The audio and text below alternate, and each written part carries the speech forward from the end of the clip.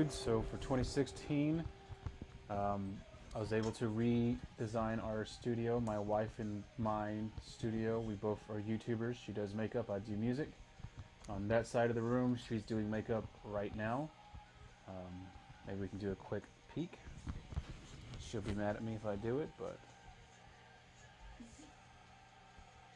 that's her doing makeup in her makeup studio. And then, of course, this is my side of the room. All right, so we both do YouTube, both have a lot of fun doing it. I do music, she does makeup, so it works out for us, right? Anyways, so for this year, we spent a lot of time and effort redesigning the studio for her needs primarily, because she needed lighting. She needed a lot more lighting than, you know, mine's primarily audio, hers primarily visual. So we were able to get the lighting for her and get the music for me. You alright? And as a consequence of resetting everything up, putting all my music on this side of the room, because before I was there and she was here, because we were using the window for her, right? So she was getting light from the natural light, and it just wasn't controllable. So we bought lights for her, and we put her on that side, and that's where I was originally at. So now I'm over here. Now I have my amps set up differently, and I'm able to actually use my Fender down here. So what you've been hearing on the intro was the Fender 68 Custom Deluxe Reverb. We picked up that amp online, but I had tried it out at Samash a year and a half ago in Dallas off I-75, that Samash. We had walked in there, I grabbed a guitar, plugged it in, started playing, and I was like, holy shit, this amp sounds amazing. Just in the clean tone department, right? I mean, so let's take a look at that, right? So this is the amp in clean tone mode, just middle pick position. Reverb from the amp.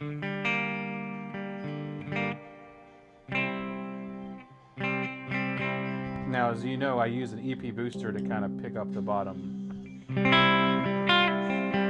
that? How big of a difference that makes?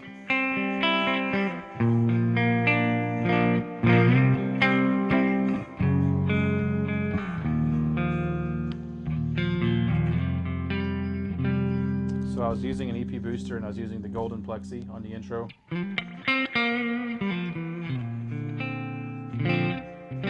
So the signal chain is Ibanez RG3 XXV Laser Blue, 25th anniversary. Straight into the EP booster, going into an Archer, which is off. I'm not using the Archer on this amp.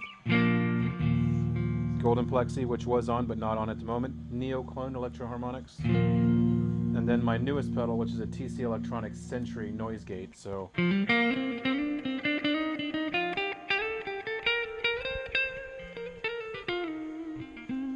yeah, the hype on that pedal isn't overdone, because like, as you know, if you've seen my previous videos, my Golden Plexi was a squealer. I got this as probably one of the first run, so probably the first couple thousand. I picked it up in 2014, December. And at the time, there was only one video out there from that dude in the blues, Shane.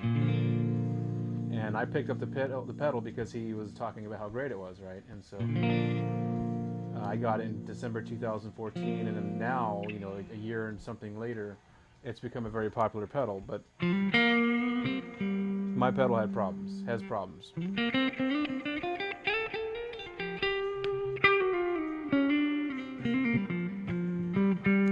That's why I don't use it. I never used it. But now that I have this Sentry noise gate from TC Electronic, it just gets rid of all the problems I had with that pedal. It was a perfect solution, literally, so.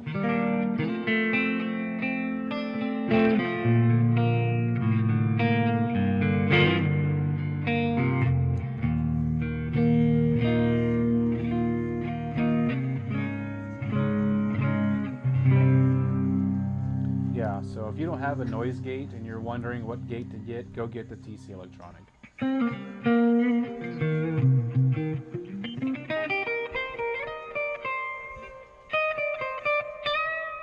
So like I said, this is with the clean tone. I'm in the custom channel mode, right? In input number 2, because it has like 6 dB lower, running through the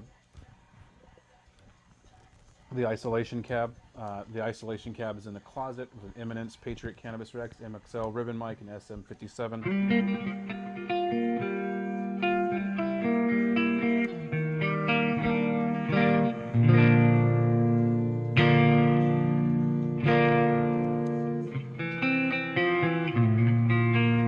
Like I was saying in December, one of the reasons why I haven't really made too many videos this past 2015 year is because my wife became a YouTuber, and so I spent a lot of time with hers. Now that we got her to a point where she's kind of doing it by herself, I can just sit here and passively make sure she's doing good. And the way we rearrange the room, I can spend more time here with you. So that's one of my goals for 2016, is to spend more time on YouTube.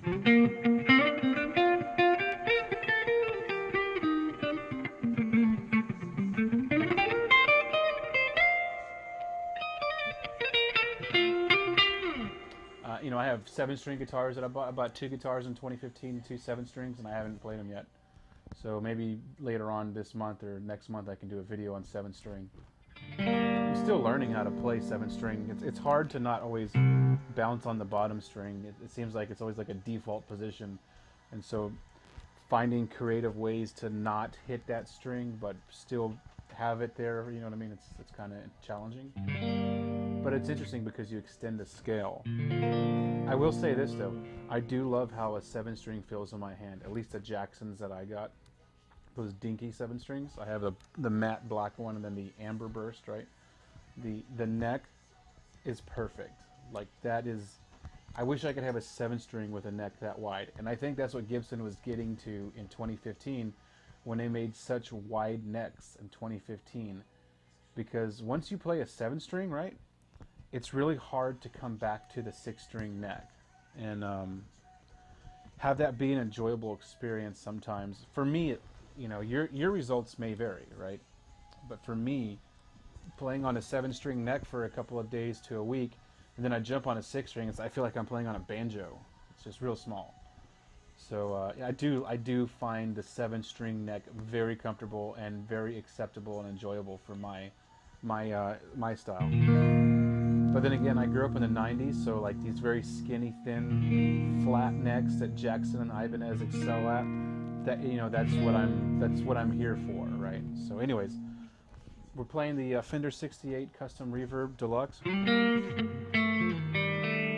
I wanted to get on here and show you that with the Golden Plexi and EP booster and the Fat channel, the custom channel, that thing shreds. And you heard it. It sounds immense. So let's go ahead and jump back on it.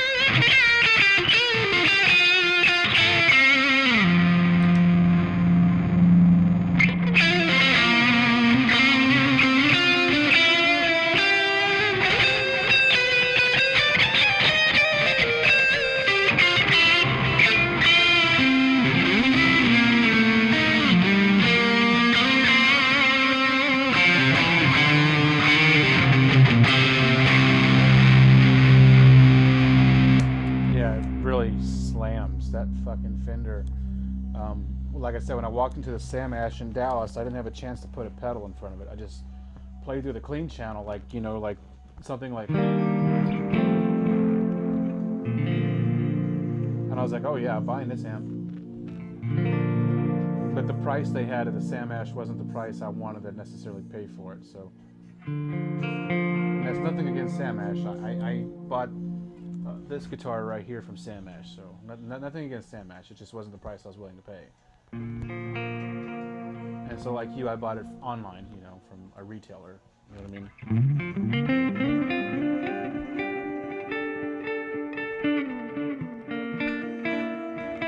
I think I paid like $900 or something for it. I got a really good deal on it, actually. And when I first got it home, you know, I was like, oh wow, this is a monster amp. You know, it sounds amazing, immense, especially for like blues tone type stuff. And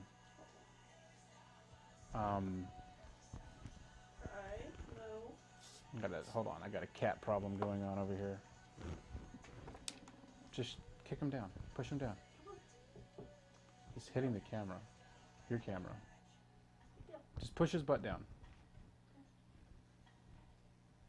Yeah, when I got the amp home, I couldn't believe how good it sounded with those Burstbucker Pros and my Gibsons. I was really into like a bluesy phase back then, you know, back in where I used to live in Old Town. And the amp was perfect for that, you know.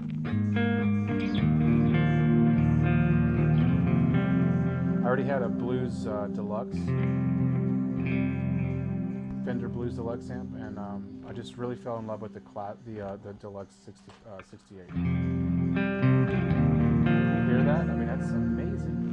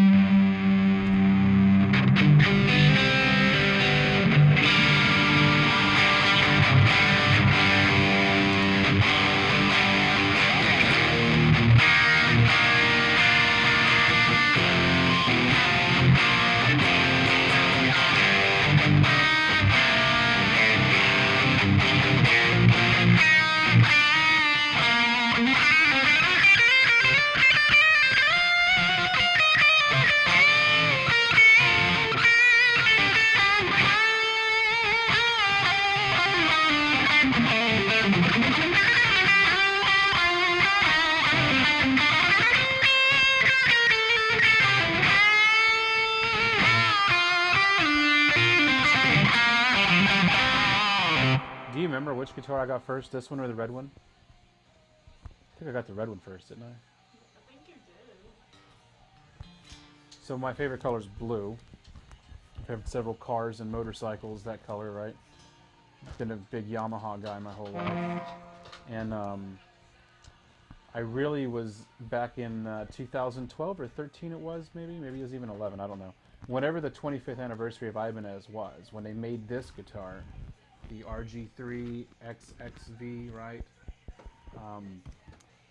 I worked for a company and their logos were blue, right? And so of course I bought the blue one. And this has been one of my favorite guitars. I think I bought the red one first. So that's this one right here, over here. I bought the red one first, and I absolutely loved that guitar. And then I turned around and bought the blue one because I knew there were going to be a limited, you know, there's only one 25th year, right? So I bought the blue one as well, and I really haven't played this guitar much. Over the years, like 3 years I've had this thing, I've probably only played it maybe 20 or 30 times. The red one was my daily driver for those 3 years. Like, if you look at this neck versus that neck is dirty and just worn in. And as I was playing just now, I was noticing how this one's starting to get worn in because I've recently been playing it a lot. This blue one, this blue version. So it's an awesome guitar. It's exactly like the red one, but blue. And I have a green one over here, which is a USA Custom. It's from like 1990 something. It's a American-made Ibanez USA Custom. It's good as it gets, you know. I mean, very understated guitar.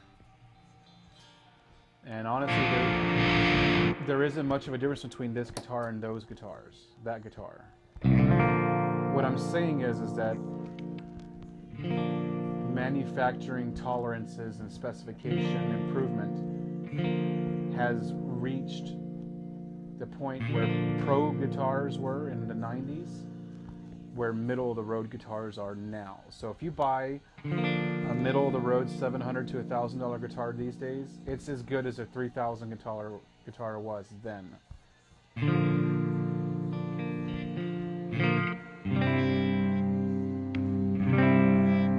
And I've played a couple of like $2,000 or $3,000 guitars these days, and they're really not as much more than.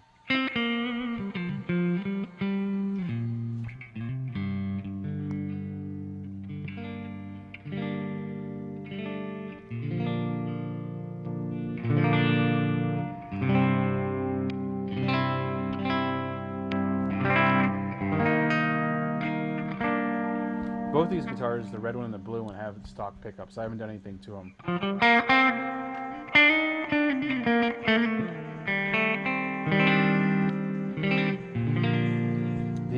The bridge pickup, though, when you're just playing by yourself, it's a bit spiky. But I will say, when I record things on my iPad, my laptop, using Reaper, I'll use my either my neck position coil tap to do my my rhythm, and then for whatever reason,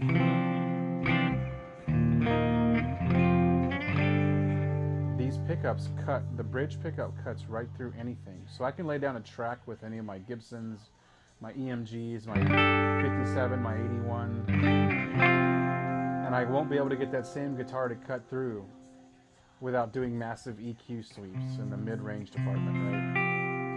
But when I throw these guitars on, I believe it's like a DiMarzio Air or something, I have no idea. Or came stock on them. It just cuts right through it. I don't have to do anything to my EQ. I can leave my amp settings alone, plug this guitar in, and slice right through any rhythm track I put down, so.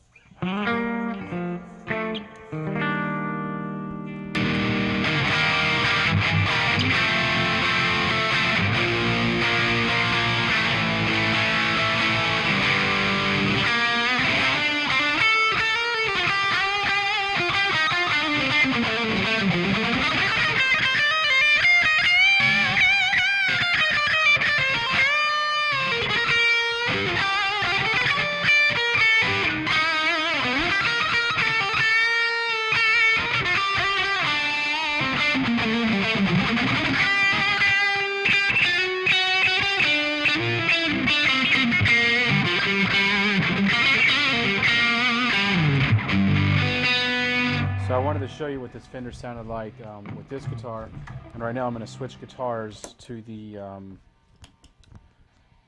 going to switch over to one of my Gibsons over here, the Gibson LPJ in chocolate, the 2013 LPJ. So give me what's a minute. All right, I'm back.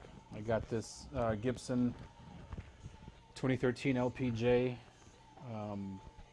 It's actually, I got it from Z Sounds, and it's a 2013 LPJ with chocolate brown, and it originally came with the deluxe pickups, right? So that was like Burstbucker Pro 3s, and I took them out and put them in my gold rub guitar, this one right here, and I took those pickups, which were the 498T and the 490R,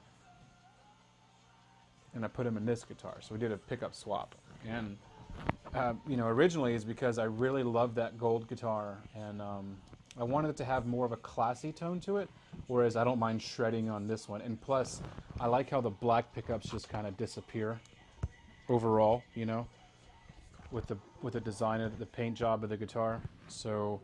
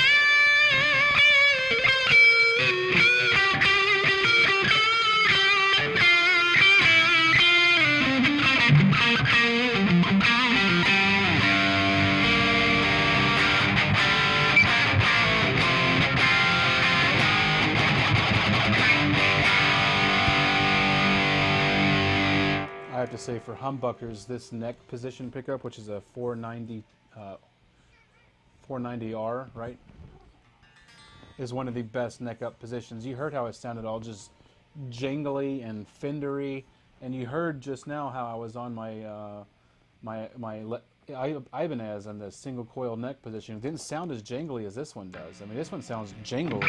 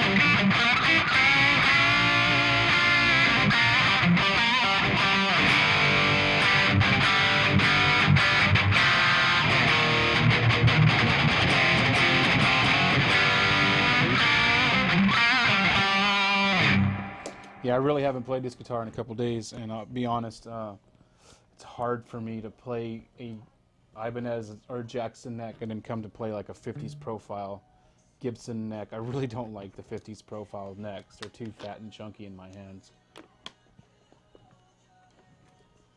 But then I'll get used to it over playing it for a day or so, and then I'll like it. You know, it's so, you know, it's just one of those things where it's like,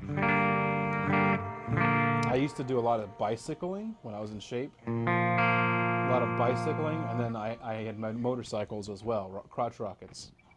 I'd get back from doing like, you know, a 30 or 40 mile stint on a bicycle, and then I'd park the bicycle at home and then immediately change clothes and shower real quick and go meet my then girlfriend, but wife now, on a motorcycle date. I'd go meet her somewhere like a Starbucks, and I'd jump on the crotch rocket, like, you know, within minutes or 30, like 10, 15 minutes, because I'm bald. It's not like I had to do my hair. 10 or 15 minutes after cycling for hours. And that's exactly what it's like for me, right? Like, As you can imagine, a bicycle that weighs like 15 pounds, and that's like what you're balancing yourself on. Then you jump on a rocket that's powered, a lot of power, and weighs like a couple of 100 pounds.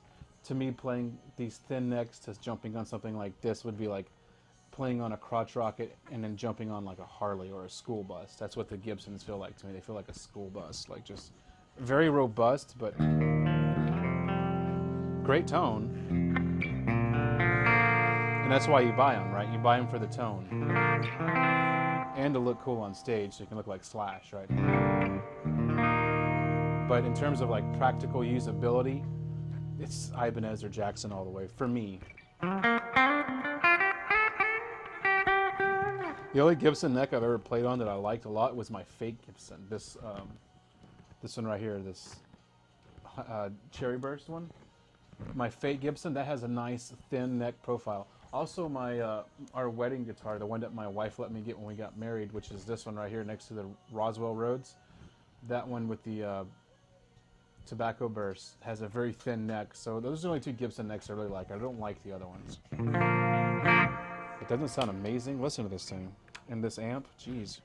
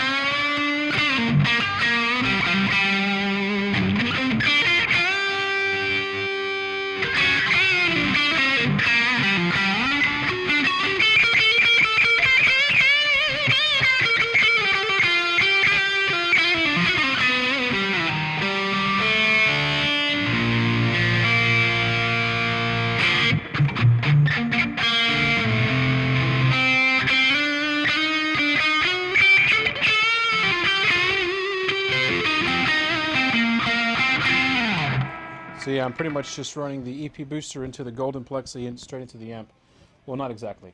EP booster, Golden Plexi to the Sentry, the TC Electronic Sentry noise gate, into my TC Electronic Alter Ego delay pedal, then into the front of the amp because it doesn't have an effects loop. So that's just the way the delay has to go in the front.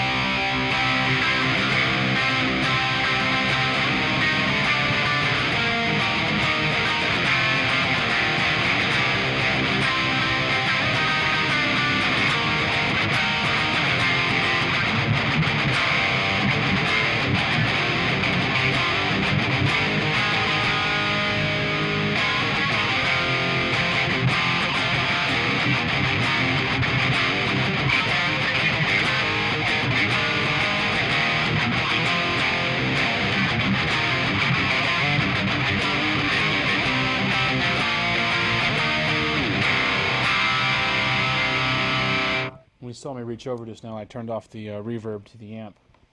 That's one of the things about the amp is amazing reverb. It's like one of the number one selling points for this amp is you buy it for the reverb, right?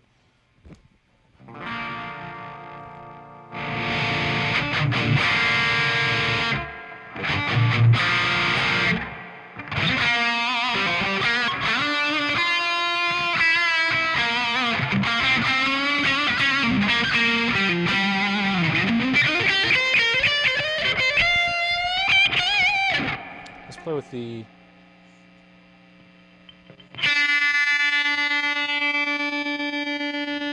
vibrato.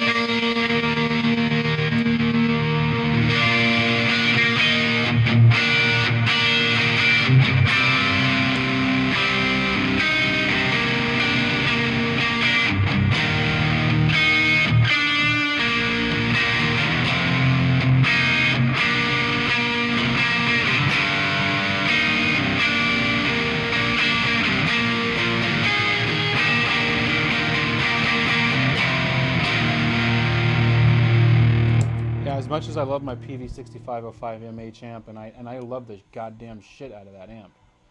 I mean, if the house is on fire, I'd probably run out with that amp, right?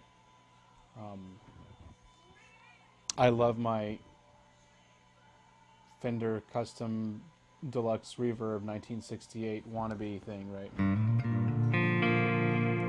I honestly think that, because I'm in the clean channel, right, and I'm boosting it with pedals, I think because it starts off with a bigger tubes and all that, I don't know. Honestly, I think that the 68 Custom Deluxe Reverb is a very monster amp, right? You know, I mean, you've heard me throughout this entire video just genting the shit out of it and shredding, you know, with what limited skill I have on 2 different guitar platforms, right?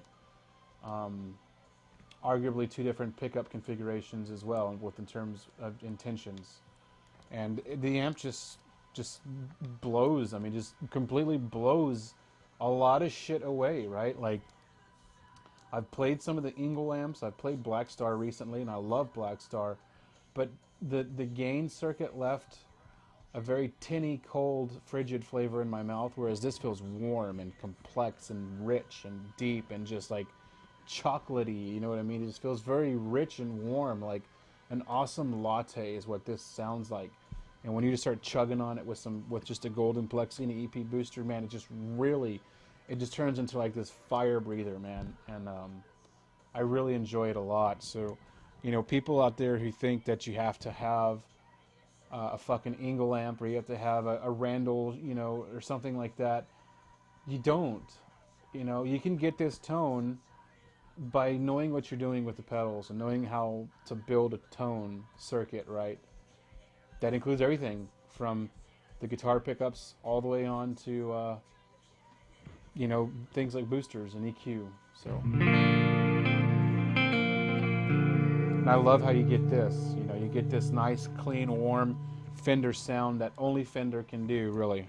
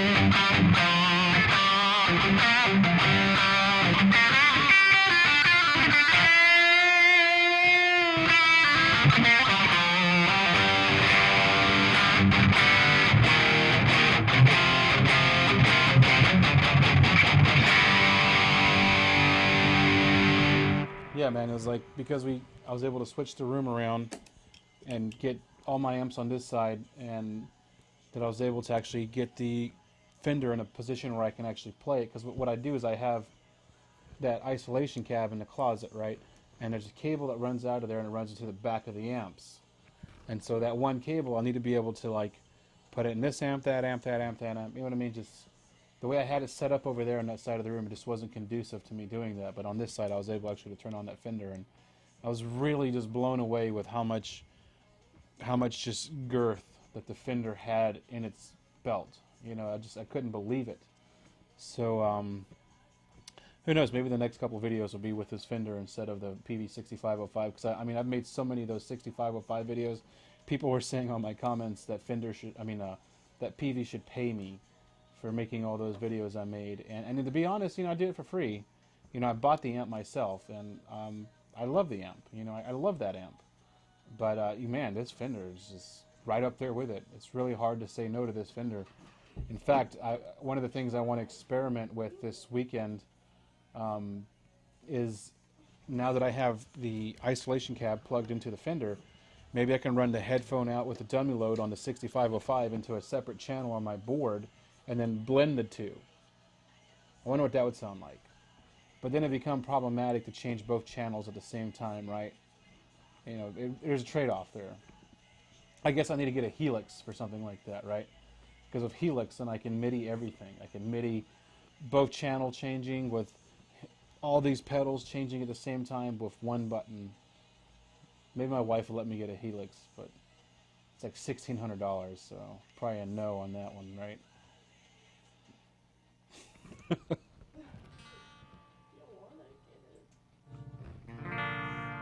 Yeah, it's a no.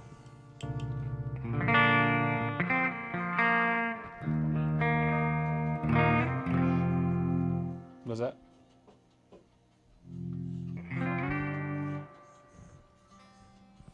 Well, that's pretty much all I got for this video. Just wanted to show you guys Fender 68 Custom Deluxe Reverb.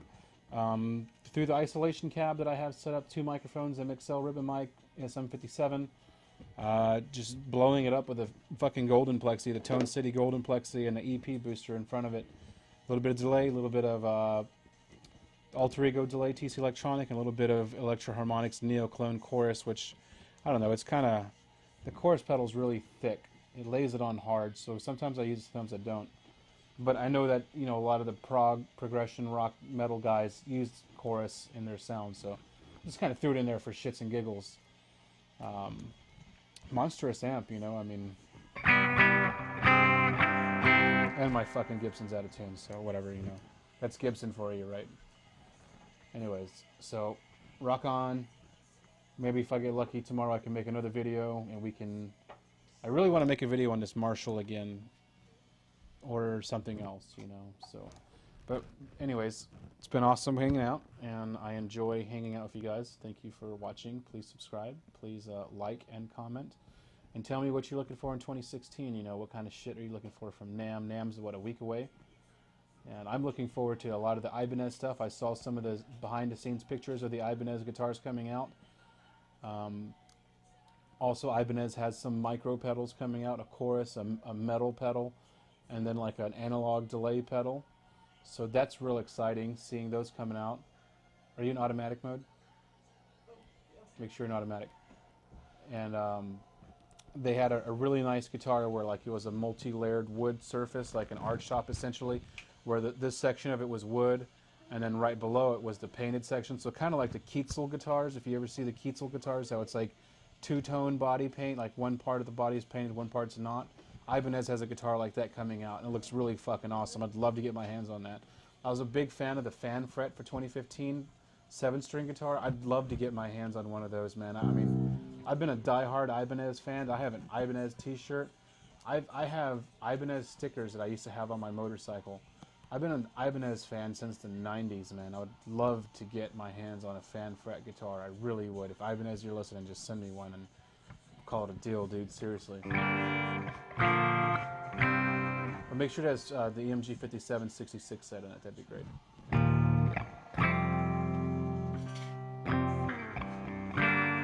Anyways, so I'm done for now.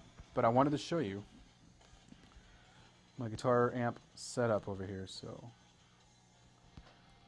that's what I've been talking about, right? So I'm basically stationed in this corner now, and this amp over here, that's a little tiny Mustang like version 1. There's my board. Over here I have all my pedals. Those are all modulation pedals. Then those are all drive pedals, and they're full of pedals. Right here is a 68 Custom Deluxe Reverb amp running through the fat channel in 2. And then my Marshall PV, fucking orange, another Marshall, and then my Blues Deluxe down there. And the isolation cab is in the closet. And here's some of my, wonderful guitars. Under that tarp is my electric drum set. So some of my shit. Just some of the setup I have here.